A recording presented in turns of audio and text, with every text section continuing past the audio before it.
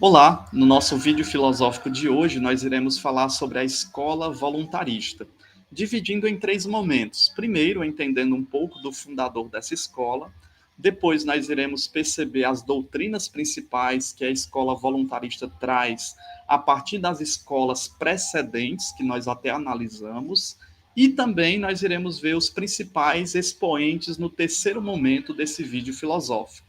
Então, a primeira pergunta que nós fazemos, né, sobre a escola voluntarista é justamente quem é o fundador dessa escola. E justamente é o Arthur Schopenhauer. Ele nasce no ano de 1788 e falece em 1860.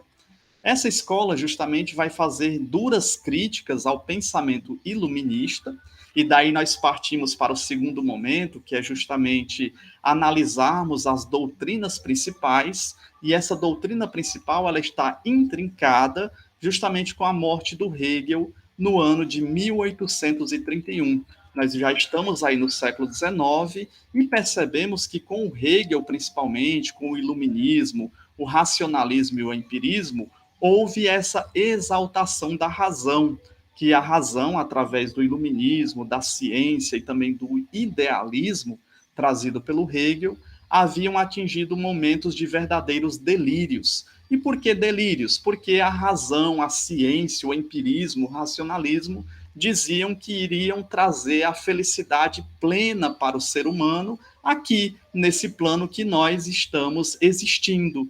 E que, se não se chegou agora, era necessário esperar um pouco, porque no futuro a ciência iria avançar de forma progressiva, de forma positiva, de forma otimista para trazer a felicidade plena para o homem. E a escola voluntarista começa a avaliar, a analisar esse posicionamento. E percebemos também que, com o iluminismo, desencadeou toda uma série de vivas reações a favor da dimensão oposta ao espírito humano, a espiritualidade, a afetividade, a dimensão afetiva que nós temos. Também perceber que apagou-se as nossas paixões, os nossos instintos, os nossos desejos. E a escola voluntarista vai perceber claramente que o ser humano não é apenas razão, nós não somos apenas ciência, nós não somos apenas o desencadeamento de elucubrações e também de pesquisas científicas empíricas. Nós somos desejo, nós somos paixões, nós somos o lúdico, nós gostamos da diversão pela diversão, por exemplo. E essa escola voluntarista vai justamente colocar nessa perspectiva que o ser humano é para além da razão. Então, um grupo de filósofos de grande envergadura, né, envergadura acadêmica, colocaram seu posicionamento e a envergadura de perceber por sensibilidade a realidade que eles estavam inseridos. Eles começaram a contestar a importância que se atribuía à razão. A razão é importante, mas supervalorizar a razão foi justamente o que eles contestaram, né? Justamente porque a razão é com essa habilidade de levar o ser humano rumo à realização completa de si mesmo, dela evidenciando os limites diante dos problemas mais graves e profundos. A razão ela não dá respostas para todas as coisas. Além de cientistas, são pais, são professores, são seres sociais, são casados com seus esposos ou esposas, né? Porque quando nós falamos de ser humano que vai chegar à felicidade por meio da razão, nós estamos falando de cientistas e de cientistas, né? Homens e mulheres inseridos na sociedade. E também eles disseram, fizeram essa crítica, porque a razão, né, o iluminismo, a exacerbação da razão, vai também proporcionar essa incapacidade de fornecer uma orientação segura para o futuro. Então, eles batem o martelo justamente contra o Hegel. O Hegel dizia que o espírito absoluto haviam sociedades mais desenvolvidas do que outras, porque a razão, a ciência ali chegou e o espírito absoluto estava mais claro e mais evidente. Dessa maneira, produziu-se características de desconsiderar as culturas de outras sociedades, as culturas indígenas, as culturas africanas, as culturas asiáticas, as outras possibilidades de cultura, porque o Hegel já tinha concentrado na sua ideia filosófica que a Europa já tinha chegado a um desenvolvimento muito maior através do racionalismo, também do cristianismo, né, da religião oficial e também do iluminismo. Então, segundo o ponto de vista, o que conta mormente no homem não é a razão. Né? Os voluntaristas diziam, não, peraí, o ser humano é muito mais do que um aspecto racional. Não é apenas a razão, a especulação científica e metódica, não é apenas a lógica, né, das premissas e da conclusão, e também a lógica matemática, a metafísica, né, a realidade da geometria e da matemática, mas sim também o ser humano, nós somos vontade. A vontade é quem nos move. Também nós somos instinto, e o instinto deve ser olhado não apenas de maneira negativa, mas de maneira positiva, porque nós somos também instinto. E também nós somos fé, né? O ser humano é dotado de fé. Ora, o próprio cientista, ao elaborar suas hipóteses, ele coloca uma porção de fé, que aquelas hipóteses estão corretas, e ele vai fazer a averiguação científica. Mas, ao mesmo tempo, nós também somos seres de fé, no sentido que nós refletimos sobre a nossa existência, e aí nós podemos perceber também uma dualidade entre corpo, espírito, alma, a existência de seres sobrenaturais, a existência também metafísica do ser humano. E aqui nós dividimos essa escola voluntarista entre filósofos que pensaram de maneira otimista, né, no sentido, já que nós somos instinto, desejo, paixão, nós também podemos ver de forma otimista, e os filósofos que viram de forma pessimista, né, como é que nós podemos nos adequar a essa vontade também que nos move. Então, há, porém, né, justamente o filósofo Nietzsche, com as suas obras incansáveis de contestação e de bater o martelo contra o cristianismo, contra o racionalismo, contra o iluminismo, contra o empirismo, porque ele vai olhar a dimensão volitiva do homem com entusiasmo. A nossa vontade é que nos move com confiança, com otimismo e, por conseguinte, professe um voluntarismo nessa vontade de potência, ela deve ser creditada cada vez mais. Isso vai nos libertar das correntes. Então, a potência, a ação, a vontade de potência voltado para a superação da condição da humanidade e também de um desenvolvimento para um homem superior. Quando Nietzsche fala de homem superior, ou seja, no alemão Übermenschen, ele não está falando que nós vamos desenvolver poderes, né, dos raios de calor, ou de voar, ou de ter uma super força, ou de ser praticamente imortal vindo de outros planetas. Não. O super-homem do Nietzsche é justamente perceber a nossa vontade, as nossas paixões e desejos e utilizar de forma otimista, percebendo que nós podemos superar os obstáculos por meio da resiliência, por meio das habilidades, por meio daquilo que o próprio ser humano é dotado, razão, desejo, paixão que move o ser humano. Ao contrário, já numa visão mais negativa, nós temos o Schopenhauer, nós temos o Kierkegaard, que considera a situação do homem de forma um pouco mais negativa.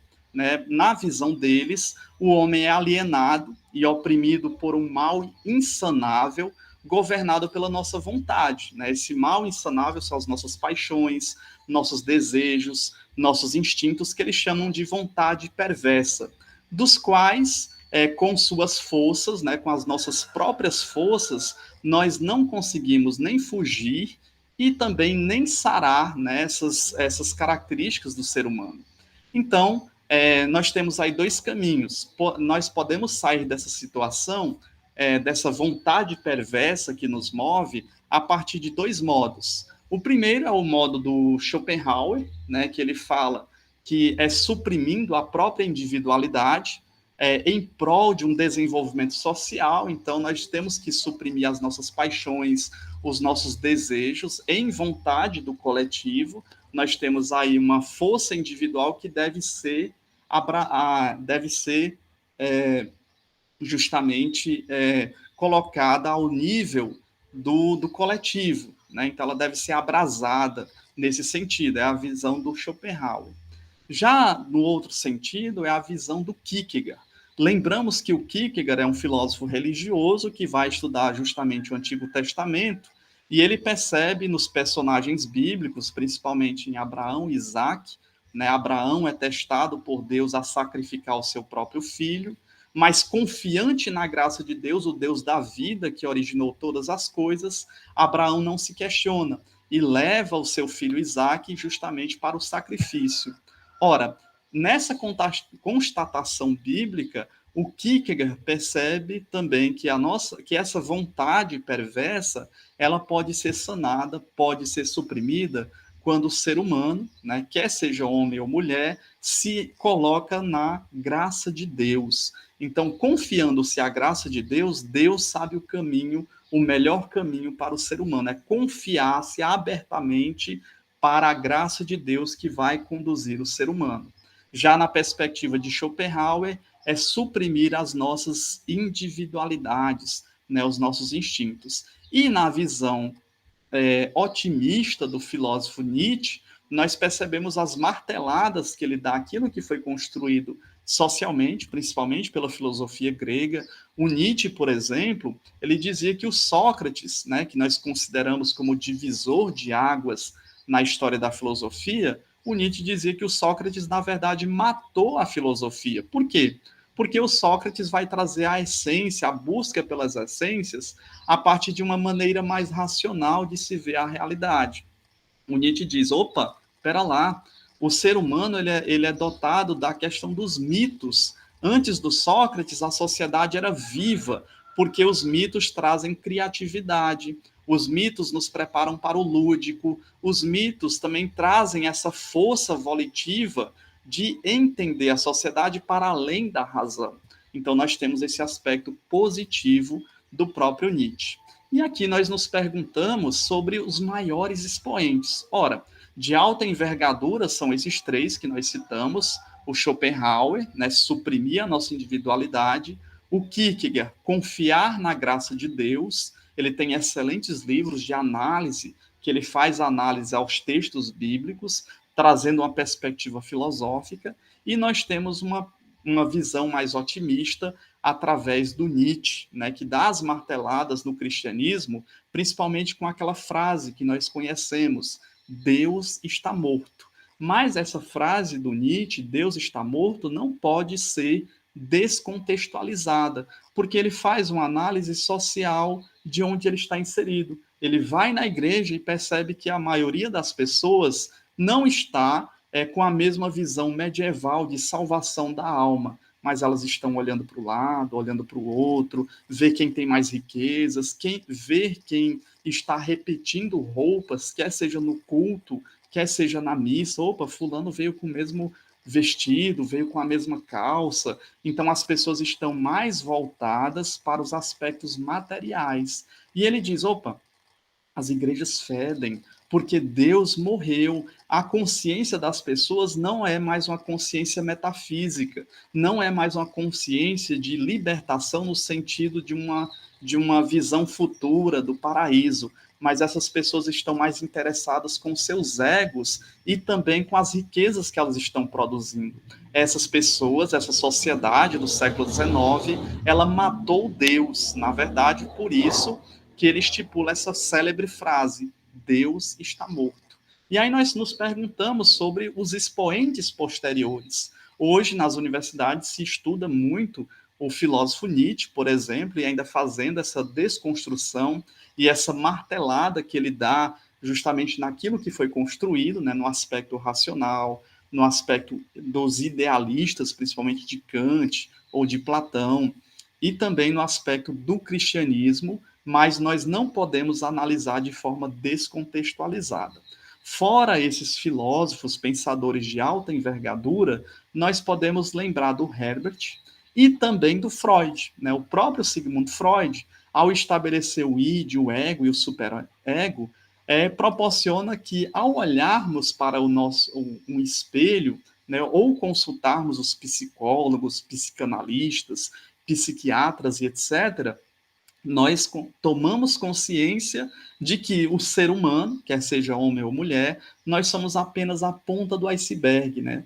Temos um iceberg, uma grande pedra de gelo imersa no oceano, e abaixo daquela ponta, né, a ponta seria justamente o aspecto racional, aquilo que quer nos controlar. Mas nós também somos id, nós somos desejos, somos impulsos, somos paixões, e somos o superego. Então, na perspectiva do Freud, que parte da escola voluntarista, nós percebemos a complexidade que é o ser humano. Nós não somos apenas aspectos racionais, mas nós somos uma contextualização também do id, do ego e do superego, ou seja, das nossas inclinações, das nossas paixões, dos nossos desejos, também do lúdico. Ora, mas é impossível na sociedade praticar determinado ato, mas ao mesmo tempo nós não podemos nos esquecer que as filas de bilheteria de cinema, elas enchem os cinemas quando se tem um filme de terror, por exemplo, onde existem os assombros, as mortes, etc. A literatura também, que na parte real, né, seríamos punidos pela sociedade, ela cresce. Os livros, as novelas, os filmes, de muitas maneiras, são colocados aspectos que são contraditórios se formos aplicarmos no sentido real. Então, essa escola voluntarista, ela ganha ênfase ao perceber por meio da sensibilidade como é que o ser humano é complexo e ele é muito mais do que o aspecto racional. A razão não explica todas as coisas, e o próprio ser humano é dotado também de ludicidade, de desejos, de paixões e de instintos. Então, eu fico por aqui. Eu sou o professor de filosofia Ricardo de Moura Borges. Peço que vocês deem um like nesse vídeo, apoiem o desenvolvimento desse canal, desse projeto, que surgiu justamente pela Universidade Federal do Piauí, através da tutoria em filosofia, aprendendo, né? Quanto mais nós explicamos, mais nós aprendemos, e também se inscreva no nosso canal. Muito obrigado por assistir esse vídeo e até a nossa próxima reflexão sobre a próxima escola filosófica. Até mais.